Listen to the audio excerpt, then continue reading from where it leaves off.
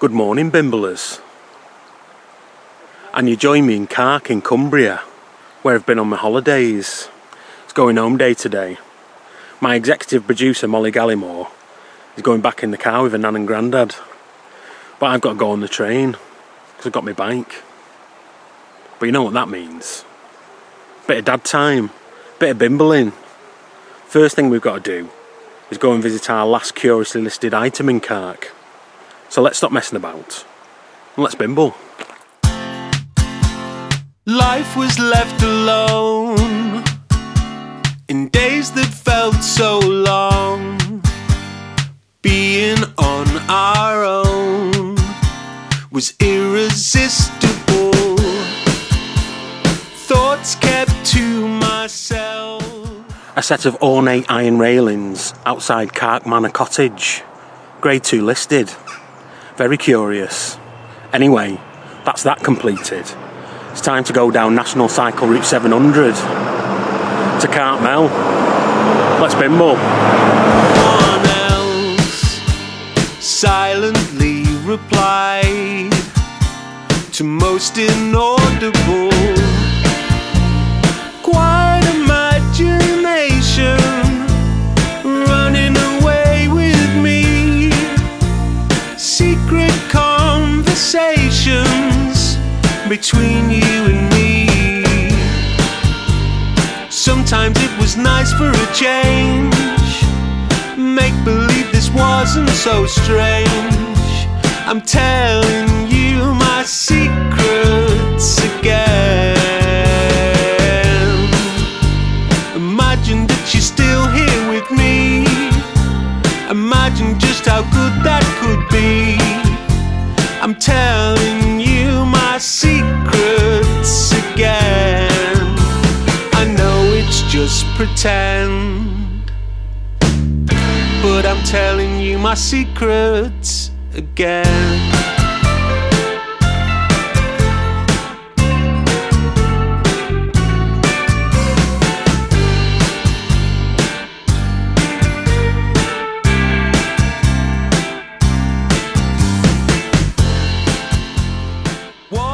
And so, Bimblers, we reach Cartmel.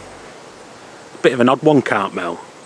The train station in Cark used to be called Cark in Cartmel. And then it was Cark and Cartmel. And now it's just Cark. But Cartmel isn't really very close to Cark. I mean, it's bimble in distance, 1.5 miles. Flukeborough is much closer to Cark station. Really, it should be Cark and Flukeborough. That's just my two penneth anyway. Cartmel has many claims to fame, one of them being Cartmel Priory behind me. It was founded in 1190 and King Henry VIII let him keep it. He didn't knacker this one. They used it as the parish church. But they didn't get to keep it all. Apparently in 1618 they stripped all the lead off the roof and a George Preston of Hoker Hall paid for some new lead to be put on the roof. I wanted to visit Hoker Hall, possibly today, but it doesn't open until 10 o'clock. And we like to bimble early, don't we? Plus, it costs 11 quid to get in, and I've been in too many gift shops and too many village stores, and I don't want to spend any more money. Not only did the people of Cartmel get to keep the priory, but the graveyard is shared with some sheep. And yes, I have trod in some sheep muck in my new little trainers. But what can you do? Hoker Hall and Cartmel Priory had some renovation work done in Victorian times. Cartmel Priory was tarted up in 1867. Guess who by? Edward Graham Paley. He's everywhere, isn't he? Cartmel also has a race course, which was apparently started by the monks of Cartmel Priory. Seems a bit sinful, but I suppose they weren't betting on it in those days. The most lucrative race at Cartmel Racecourse happened last weekend. They have a 4-day race meet where they have 2 days off in between, so you can go and have a look at all the pubs and the Hoker Halls and things like that. If you win that race, apparently you win £40,000, which isn't bad going, is it? Not content with having a priory and a race course, they invented sticky toffee pudding here in Cartmel. Well, they didn't invent sticky toffee pudding. Mums and nanas have been making that for years, and they've been selling it at Lake Windermere in all the hotels since Victorian times. Here in Cartmel they invented the idea of the pre-packaged sticky toffee pudding.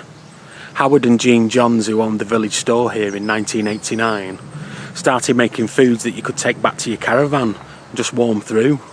And one of those foods was sticky toffee pudding. They started off by making 25 a week. Now they're up to 1 million a year, which is about 19,000 a week. How much custard do you reckon you'd need for all them sticky toffee puddings? Let's bimble. Presented just for me, but all controllable. Of course you're unaware of all this time we share, and though you're never there, it's unstoppable. Quiet imagination running away with me. Private conversations made secretively. Sometimes it was nice for a change. Make believe this wasn't so strange. I'm telling you my secrets again. Imagine that you're still here with me. Imagine just how good that could be. I'm telling you my secrets again. I know it's just pretend, but I'm telling you my secrets again.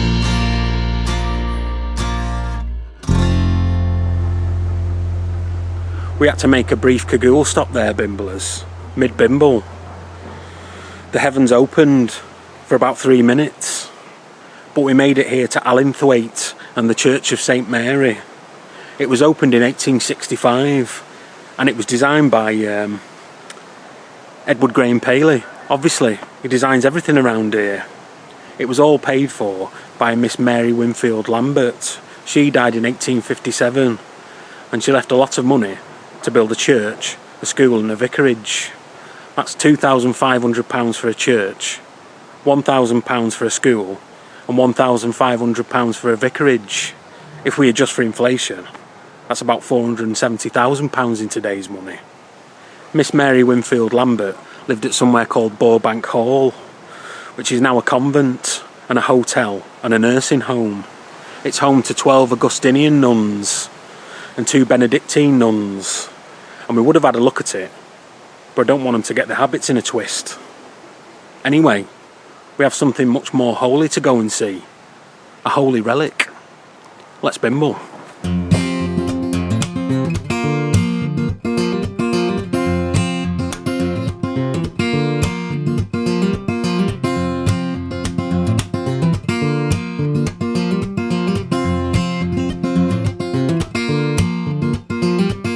Maybe it didn't work at the time, maybe it never did. A mistake that made the distance, or a trying way to live. Maybe it's the time that you grabbed at my arms and electricity flowed from my shoulders to palms in a white hot glow, leaving white cold scars left bare and unshowed just to prove they were ours. Maybe it worked, maybe it never did, maybe it never was quite like how it is.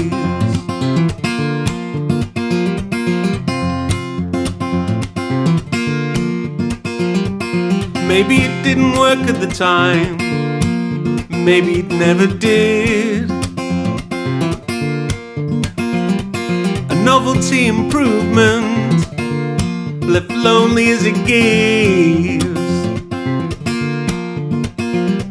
Or maybe it's the time that you closed both your eyes and you pouted your lips as you waited for mine in the soft red glow of your soft cold arms. Serotonin burns holes through my veins, to my heart, maybe it worked.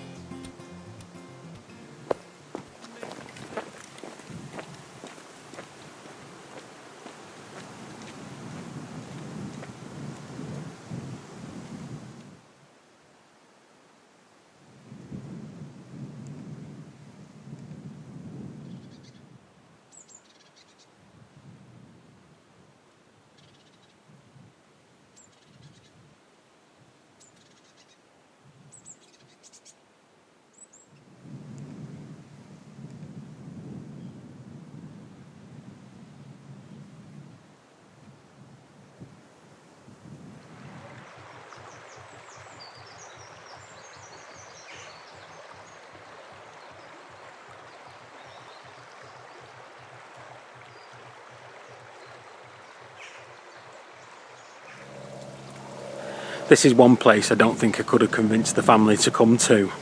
It's a bit of a trek, and it's a bit treacherous underfoot, especially if you're not wearing your walking boots, which went back with Mrs. Bimble in her car on Tuesday. I'm wearing little trainers. It's not the terrain for them. I've come to something called Humphrey Head, and to the side of Humphrey Head is a holy well. It's apparently been here since Roman times, and the lead miners of Humphrey Head used to drink from it, apparently. It's listed as a medieval holy well, and it's supposed to cure you of stone gout, and dermatitis, and eczema, and acne. Sounds nice, doesn't it? It's dedicated to St. Agnes. We talked about St. Agnes before in my Eccleston Bimble. St. Agnes was the Virgin Martyr. I won't go into it. You can go and watch that video. But she was the patron saint of girl guides, and girls, and gardeners, and unfortunately rape victims, which if you hear the story of St. Agnes, you'll see why. This would have been a pilgrimage for the monks at Cark Priory, or Furness Abbey. Certainly was a pilgrimage for me, getting across these rocks. I walked past it twice, nearly fell over in the mud coming from it. But there's only one more thing to do, Bimblers. If I've come to the foot of Humphrey Head, I think I've got to get up there, haven't I? And look at the stunning vistas. Let's Bimble.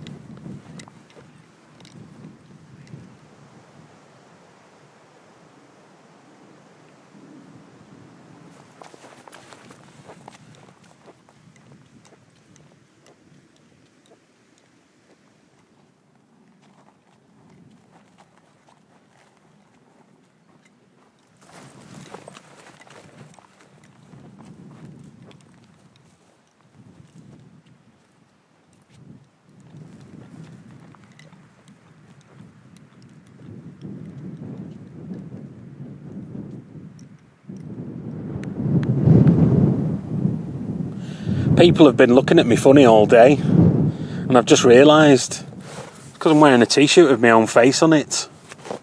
It was designed by my very talented sister Emma, and it is available for sale. Links in the description. It's been a very successful holiday. All I've done is eat burgers, look after Molly, and go to museums. It's perfect. I'm gutted to be going home, if I'm honest, because tomorrow they've got a steam fair on in Fleetborough. Well, they call it a steam gathering. So if it had been staying tonight, there would have been traction engines passing the house. Could have filmed them. And then tomorrow, could have gone to a steam fair. They're all going to have steam-based fun without me. I wish I could have gone bimbling in Ulverston while I was here, just so I could sing Ulverston, oh Ulverston. I think about that every time I say Ulverston.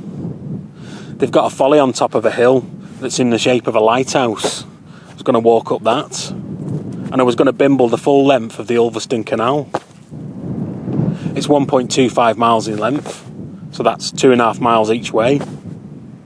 But we did manage to go to loads of museums though. I think coming up here to Humphrey Head is the perfect ending. It's a bit windy like, but very nice.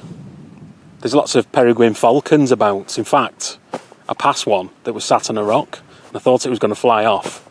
But it let me film it for at least 5 or 10 minutes. I hope he's alright. I think it's time for me to mosey on home. I've got 5 days worth of classic Coronation Street to watch. That's 10 episodes. And Tommy's been killed by Katie. And Martin's going to be blamed for it.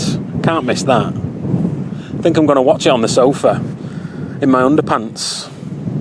I'll leave you with that mental image.